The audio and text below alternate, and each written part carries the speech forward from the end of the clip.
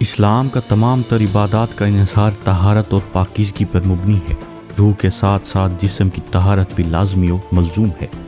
وضو کی اہمیت کا اندازہ اس بات سے لگایا جا سکتا ہے کہ قرآن مجید میں اس کا واضح حکم ہے، اور یہ وضاحت بھی موجود ہے کہ نماز کے لیے وضو شرط ہے۔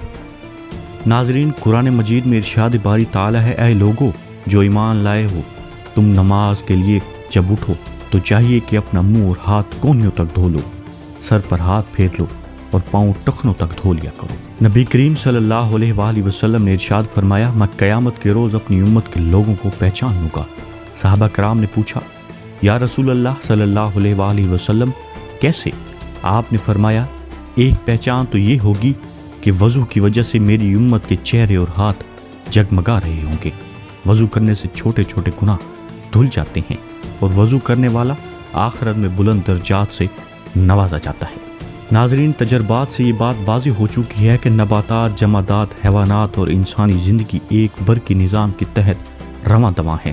انسانی جسم سے حاصل ہونے والی بجلی ایک ٹارچ یا ایک چھوٹا ریڈیو چلانے کے لیے کافی ہوتی ہے۔ قدرت کا یہ ایک عجیب سربستہ راز ہے کہ انسان کے اندر بجلی پیدا ہوتی رہتی ہے اور پورے جسم میں دورہ کر کے پیروں کے ذریعے ارتھ ہو جاتی ہے۔ وضو کے بغیر نماز نہیں ہوتی۔ نماز کے لیے جو بندہ وضو کرتا ہے تو وہ روشنیوں کا بہاؤ عام نگر سے ہٹ کر اپنی راہ تبدیل کر لیتا ہے۔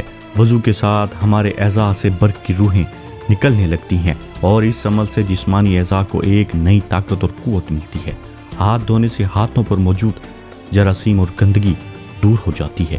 بہت سی پیٹ کی بیماریوں سے محفوظ رہتا ہے، کیونکہ ظاہر ہے انسان ہر چیز اپنے ہاتھوں سے ہی کھاتا ہے، لہٰذا ہاتھوں کی صفائی ہر قسم کے جراثیم سے چھٹکارا دلاتی ہے۔ ڈاکٹر اور حکیموں کا کہنا ہے کہ جسم کے جس حصے کو وافر خون ملتا رہے گا وہ حصہ طاقتور ہو جائے گا۔ رب رحمان نے وضو میں 3 مرتبہ ہاتھ دھونے کا حکم دیا ہے۔ اس لیے دیا گیا ہے کہ پانی گزرنے سے وہاں پر بدن کی قوت اور حسن مزار ہو، کیونکہ جب ٹھنڈا پانی وہاں پڑے گا تو زیادہ سے زیادہ خون پانی کے جھٹکے کا مقابلہ کرنے کے لیے آنا شروع ہو جائے گا۔ اس طرح کولی کرنے سے منہ کی صفائی ہو جاتی ہے، بدبو دور ہو جاتی ہے، دانتوں اور مسوڑوں کے ساتھ چمٹے ہوئے غذا کے ذرات دھل جاتے ہیں، اور خاص طور پر دانتوں کی بیماریاں، بیکٹیریا جس نے آج پوری دنیا کو اپنی لپیٹ میں لے رکھا ہے، دن میں 15 مرتبہ کولی کرنے والا اس بیماری سے محفوظ رہتا ہے۔ ناک سانس لینے کا واحد فطری راستہ ہے، اور جس ہوا میں ہم سانس لیتے ہیں اس کے اندر بے شمار جسم میں پلتے پلتے رہتے ہیں، جو ناک کے راستے جسم انسانی میں بآسانی داخل ہو جاتے ہیں۔ اب اگر یہی جراثیم، دھواں، گرد و غبار جو ہر وقت ہماری ناک میں سانس کے ذریعے پہنچتی رہتی ہے، صبح سے شام تک پہنچتی رہے تو بہت سے امراض کا باعث بن سکتی ہے۔ ناک میں پانی ڈالنے سے ناک کی صفائی ہو جاتی ہے، آواز کی گہرائی اور سہانا بند پیدا ہو جاتا ہے۔ اس طرح دائمی نزلہ ناک کے زخم کے مریضوں کے لیے ناک کا یہ غسل بہت مفید ہے۔ ناظرین، وضو کرتے ہوئے چہرہ دھونے سے بھویں پانی سے تر ہو جاتے ہیں، اور میڈیکل کے اصول کے مطابق آنکھوں کے بھویں تر کرنے سے آنکھوں کی ایک ایسی مرض کے امکانات کم ہو جاتے ہیں جس میں آنکھ کے اندر رطوبت کم یا ختم ہو جاتی ہے اور مریض آہستہ آہستہ بصارت سے محروم ہو جاتا ہے۔ ایک چینی ریسرچ کے تحقیق کے مطابق چہرہ دھونے سے پیٹ بھی، چھوٹی آنت، پسینہ، بڑی آنت وغیرہ پر بھی اثر مرتب ہوتا ہے۔ اس طرح کونیوں تک ہاتھ دھونے سے نہ صرف جسمانی بیماریوں میں افاقہ ہوتا ہے بلکہ نفسیاتی بیماریوں، مثلا ذہن میں ناپاک خیالات کا اجتماع، نا امیدی، ذہنی کمزوری، بے جان خواب وغیرہ میں بھی نمایاں کمی کا اثر مرتب ہوتا ہے۔ اس عمل سے آدمی کا تعلق براہ راست سینے کے اندر ذخیرہ زدہ روشنیوں سے قائم ہو جاتا ہے، اور اس سرور کا ہجوم ایک بہاؤ کی شکل اختیار کر لیتا ہے۔ اس طرح ہاتھ دھونے سے ہاتھ کے اعضاء پاک، محفوظ اور طاقتور بن جاتے ہیں۔ سر کا مسح کرنا، سر پر گیلا ہاتھ پھیرنے سے بالوں پر چڑھا ہوا گرد و غبار صاف ہو جاتا ہے۔ یوں دن میں 5 مرتبہ دماغ کو ہلکی ٹھنڈک کا غسل دینے سے کھوپڑی کے اندر ڈھکے ہوئے دماغ کو سکون ملتا ہے۔ سر انسان کے تمام اعضاء کو نہ صرف سب سے زیادہ اہمیت رکھتا ہے بلکہ تمام افعال کا تعلق بھی دماغ سے ہوتا ہے۔ سر کا مسح کرتے وقت شہادت کی انگلیاں گیلی کر کے کانوں میں ڈالتے ہیں، جس سے کانوں کی صفائی ہو جاتی ہے۔ انگلیوں کے ساتھ تر کانوں میں پہنچتی ہیں، اس سے سننے کی صلاحیت میں اضافہ ہوتا ہے۔ کانوں کے پیچھے جو خالی جگہ ہوتی ہے جہاں بال نہیں ہوتے، اس حصے کو ترک کرنے سے انسان نظر کی کمزوری سے محفوظ رہتا ہے۔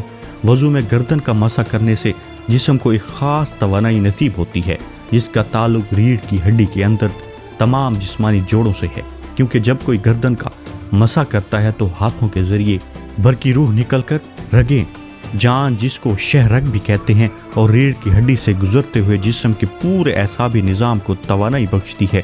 گردن اور کانوں کی پشت پر ٹھنڈا ہاتھ پھیرنے سے جسم کے اعصاب مضبوط ہوتے ہیں اور تھکن دور ہو جاتی ہے، چونکہ انسان کے دماغ سے سگنل پورے جسم میں جاتے ہیں جس سے ہمارے تمام اعضاء کام کرتے ہیں، لہٰذا دماغ سے بہت سی باریک رگیں بند ہو کر آ رہی ہوتی ہیں جو ہماری گردن کے پشت سے ہوتی ہوئے پورے جسم کو جاتی ہیں۔ جسم کے اس حصے کے خشک رہنے کی وجہ سے بعض اوقات ان رگوں میں خشکی پیدا ہو جاتی ہے جس سے بہت سی جسمانی اور نفسیاتی بیماریاں جنم لیتی ہیں۔ لہٰذا ماہرین کی رائے کے مطابق دن کے مختلف اوقات میں گردن کی پشت کو کئی بار ترک کیا جانا چاہیے، چونکہ پاؤں اکثر ٹخنوں تک ننگے رہتے ہیں اور گرد و غبار پڑتا رہتا ہے، لہٰذا پاؤں دھونے سے پاؤں صاف ہو جاتے ہیں اور ان کی میل کچیل دور ہو جاتی ہے۔ ہتھیلیوں کی طرح پاؤں کی تلوں کا بھی تمام اعصاب پر، خاص طور پر پیٹ، مثانہ، گردے، تلی، پتے، جگر سے تعلق ہوتا ہے، جبکہ تمام غدود کا تعلق بھی ہوتا ہے، جس کی بدولت بھوک کی کمی، تیز بخار، بواسیر اور یرقان وغیرہ میں شفا یابی کا ذریعہ ہوتا ہے۔ ناظرین، آپ تصور کر سکتے ہیں کہ جب وضو کے اتنے جسمانی روحانی فوائد ہیں تو نماز پڑھنے کے کتنے جسمانی اور روحانی فوائد ہوں۔